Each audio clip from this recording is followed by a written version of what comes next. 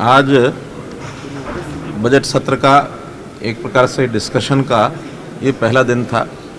Budget पेश होने के बाद जैसे पहली बार एक व्यवस्था बनाई गई कि कुछ एडॉक कमेटीज़ बनाई गई थी विधायकों को लेकर, अलग अलग विषयों पर 8 कमेटियां बनाई थी। क्वेश्चन आवर्स के बाद 8 कमेटी ने अपनी रिपोर्ट प्रस्तुत की।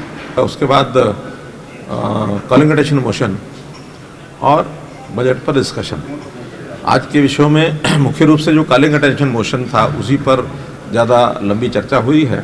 उस संबंध में ज़रूर आप लोगों की भी इच्छा होगी जानने की। मैं उसमें स्पष्ट करता हूं कि ये जो डाडम माइनिंग है, तो भिवानी जिले में डाडम माइनिंग में जनवरी में एक एक्सीडेंट हुआ और उसमें एक हिस्सा जो सपोर्ट थी डाडम में माइंस की वो गिरा है और गिरने के बाद 5 लोगों की मृत्यु हुई, 2 घायल हुए।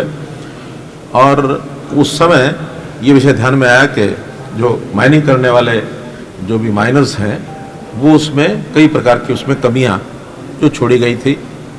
3 कमेटीज़ बनाई गई उस सारे की जांच करने के लिए। डिप्टी कमिश्नर ने एक SIT बनाई। बाद में उस SIT को एक प्रकार से उसका जो चेयरमैन है वो हमने एक रिटायर्ड IAS श्री SS प्रसाद को बनाया ताकि उसी कमेटी की देखरेख में और वो सारी जानकारी ले पाएँ कि उसके क्या कारण थे।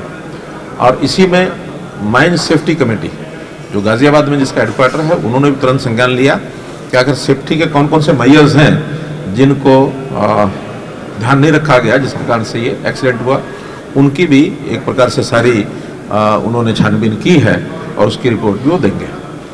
एक तीसरी कमेटी हो NGT की, जस्टिस प्रीतम पाल की जो कमेटी है वो कमेटी भी उसने इंटरिम रिपोर्ट अपनी दे दी है।